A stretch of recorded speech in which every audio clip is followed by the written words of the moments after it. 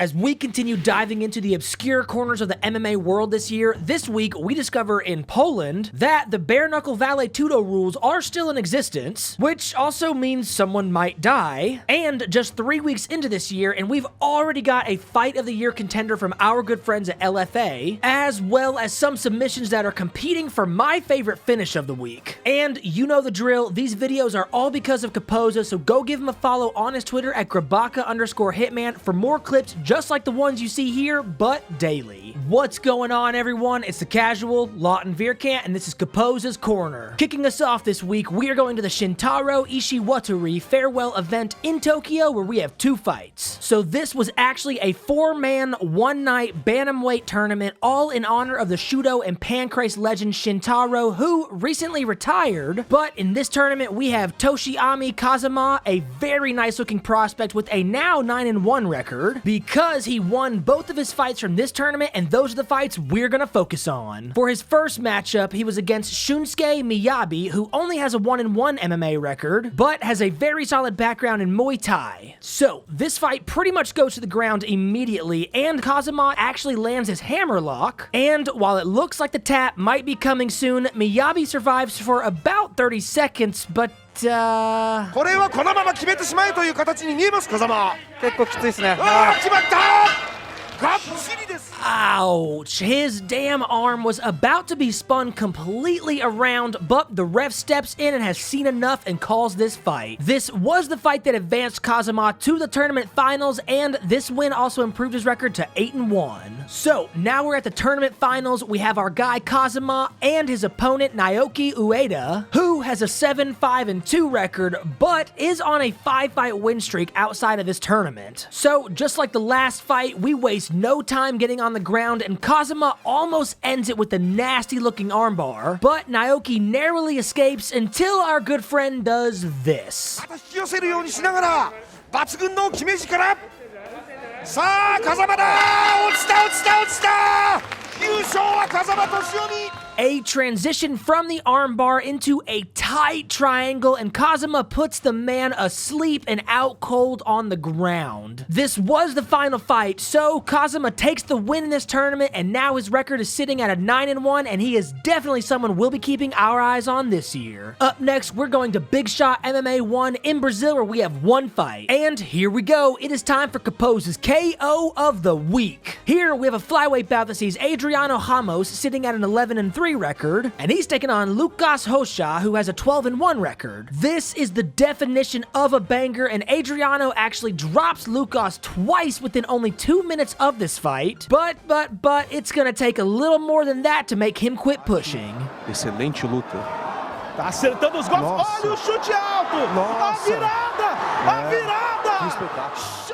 Boom! 1 head kick straight into a flying knee and 2 hammer fists to leave Adriano down and out on the canvas. What an insane win just over 3 minutes into this fight for Lucas, as he kept pushing even after being knocked down multiple times. He waits patiently and then capitalizes on this amazing knockout, securing the win and improving his record to 13-1. Moving on, we're going to the Votor 4 event in Poland, where we have 2 fights to show you. And this is actually the bare-knuckle event we mentioned in the intro that has a similar rule set to the old vale-tudo era, so yeah, this one's gonna be fun. Up first, we have a light heavyweight matchup that has Camille Huberline, who only has an 0-1 record, and he's up against Dominic O'Shanney, who has a 3-3 record. And if you were unaware, some of the main rules from the vale-tudo era that are here are the use of stomps, as you can see here, and soccer kicks.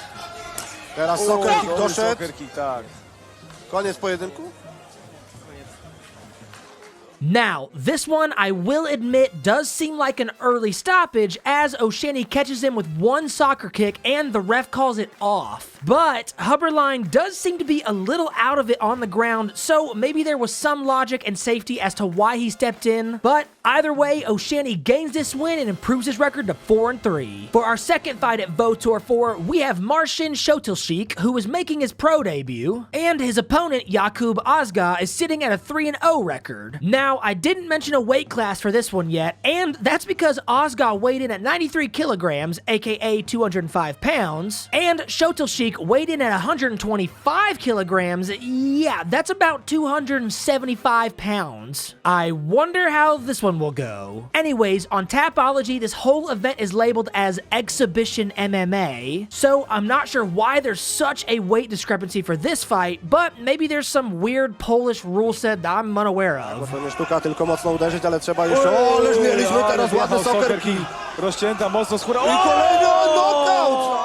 Oh, damn. There's that logic and safety we talked about during the last fight, which definitely does not seem like an early stoppage now after seeing this. But Ozga, our lighter fighter, didn't waste any time on this one because as soon as he gets this trip, here come two soccer kicks, the second one being the end-all, and this fight is over. Another week and another crazy fight in Poland, but Ozga secures this win and keeps his record clean at 4-0. Now, we're gonna go visit Jorge Masvidal's newly purchased promotion, Icon FC1, at their inaugural event in Florida. This is a middleweight bout between SD Dumas, who's made it on this show before and has a 4-0 record, and he's up against DeWitt Dixon, who only has a 1-0 record. We've had basically nothing but round one finishes this week, and this one is no different as we are coming up on the 1 minute mark, and Dumas is living up to his nickname, The Reaper.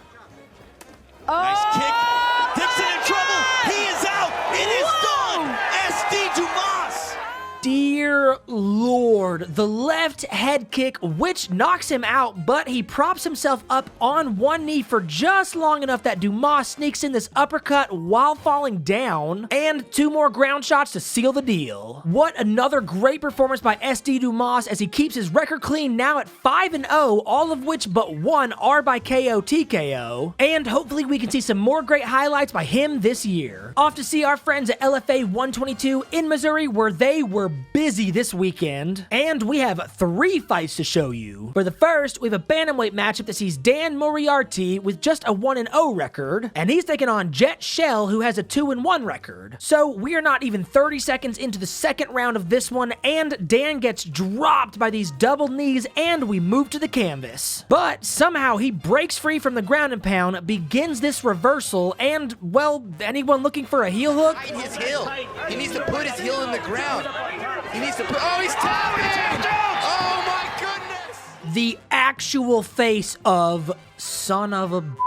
Dan makes the ultimate comeback after getting dropped but not giving up, and once this goes to the ground, he uses some great ground game to secure this heel hook, give it a nice crank, and force the tap. This win improves his record to 2-0, and he's already in LFA, which the UFC has been calling up fighters from weekly, it seems. So hopefully he can land some more wins and get some more experience while he's there. For our second LFA 122 fight, we have a welterweight bout that has Artur Estrazulas with a 12-5 record, and his opponent, Brant Moore, has a 9-1 record and is on a 7-fight win streak, the last 4 of which were here at LFA. So, as we near the 1 minute mark of this fight, we're about to have a very quick one. Attacking the leg kicks, jabs to the head, jabs to the body, kicks to the body. Ooh, hurt Moore with that body kick.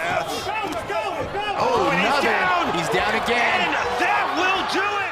Holy body shots. Those just don't get easier to watch for some reason. A liver kick that visibly affects Moore as he grabs his liver and immediately retreats. And then Artur lands this left perfectly to the body that just absolutely folds him. And then 2 more body uppercuts because this guy doesn't need any organs, right? What a fight for Artur though, as he claims a victory over a very tough opponent and does it in spectacular fashion, improving his record to 13-5. We've got one more fight from LFA this weekend, and it is the flyweight main event that has current champion Charles Johnson sitting at a 10-2 record, and his challenger Carlos Mota has a flawless 6-0 record. So this is our fight of the year contender, and it is a 4-round brawl, as both guys are hungry to either keep that flyweight belt or to be crowned the new champion. So the output for the first 4 rounds is just top notch and not slowing down. So the 5th and final round begins, and just 30 seconds in, well, here we go.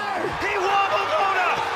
Body blow. Mota's in trouble. He's down. Looking. Oh, Down. it's over. Oh.